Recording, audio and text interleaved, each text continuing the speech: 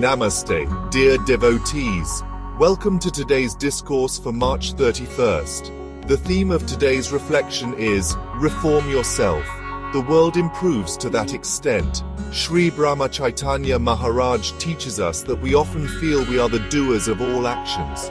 But true spiritual growth lies in realizing that we are not the ultimate doers. It is by dedicating our actions to God and reforming ourselves that the world around us can change for the better. Let us delve deeper into this transformative teaching and explore how reforming ourselves can lead to lasting peace and happiness. We consider ourselves to be the sole doer of everything, and grieve if eventually we come by misery. What is the ground for boasting I have done it when I cannot be sure of the result beforehand? Even to say that I dedicate every action to God nurtures pride. There are many persons of God-fearing conduct, but they too are not free from the pride of doership. Really speaking, we cannot become spiritual merely by doing even noble deeds.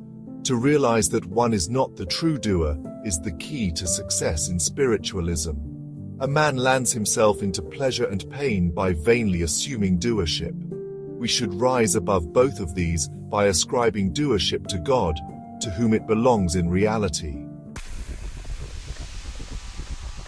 It is quite often presumed that a prisoner who feels happy in the confines of his cell must be really happy. Are we not like that prisoner if we think there is nothing beyond the body and seek pleasure in sense objects? But just as the prisoner will no longer feel pleasure in his cell once he breathes the free air outside, one who has tasted the supreme bliss that is God will attach no value to sense pleasures. Perhaps today we cannot purge the mind of sense pleasures, but it does not mean that we cannot turn it to God at all. We should coax the mind just as we pat a shy horse. We should tactfully bridle the mind when it tries to deviate from the correct path. Nama-smarana, to which we are today disinclined, should be forced on the mind, and thereby the mind should be weaned from the sense pleasures which it cherishes today. We manage to surmount difficulties in worldly life. Why then should we be afraid of impediments we come across in spiritual life? If discerning thought cannot make us happy in the present circumstances, we can never hope to be happy. Can one succeed in the spiritual quest merely by retiring to mountains and caves? Were it so, even monkeys could have achieved it. The lower animals are unable to restrain their passions, but man can discriminate between good and bad. This is a special gift of God to mankind. Do not bother to reform the world. That is a task for great souls. Reform yourself, and the world is reformed to that extent.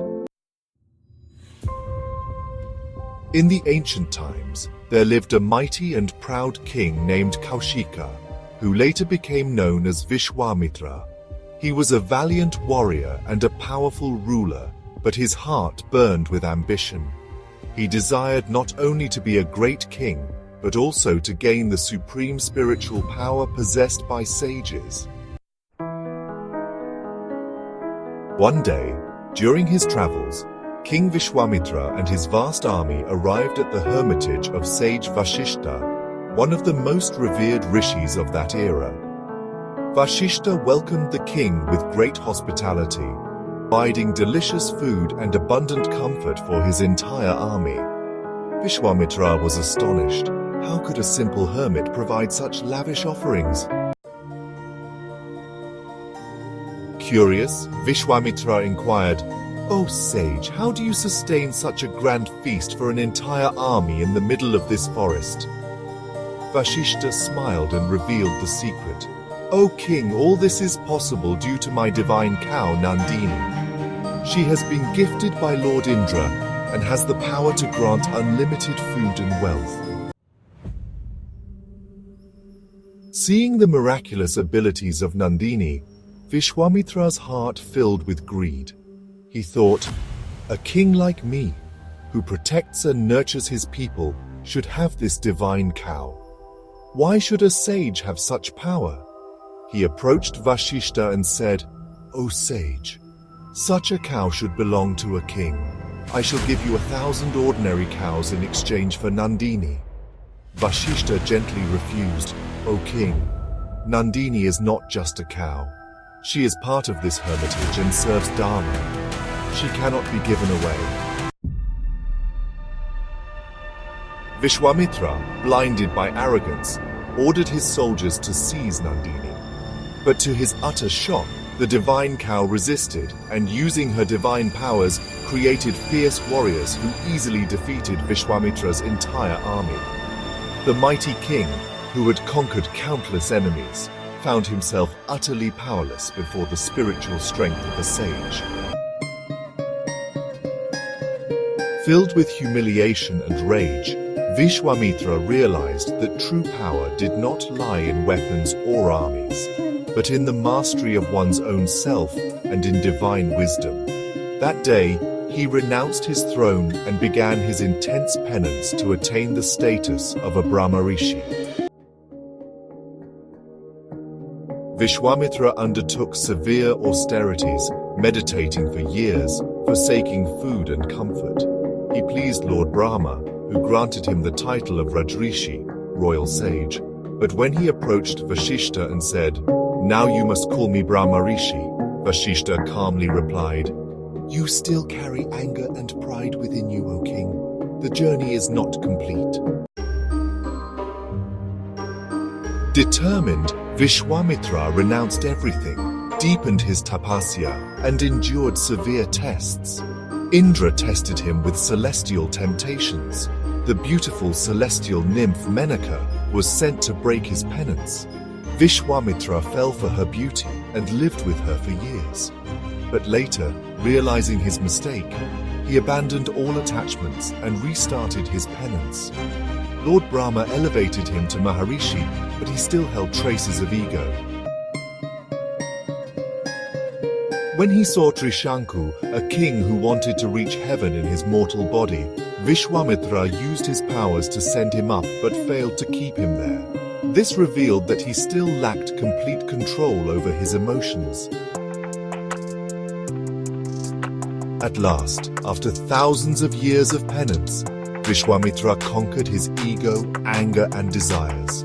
When he approached sage Vashishta again, this time without arrogance, without expectation, Vashishta smiled and finally said, "Vashishta, now, O Vishwamitra, you are truly a Brahmarishi. You have conquered yourself, and that is the greatest victory."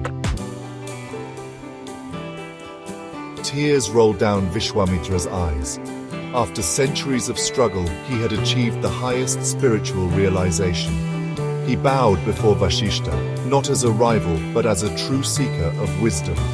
The transformation of Vishwamitra teaches us that worldly power is temporary, but spiritual realization is eternal. It is not strength or wealth that defines a person, but their inner growth, humility, and self-mastery. Vishwamitra's journey was not about proving superiority, but about overcoming his own limitations and ego.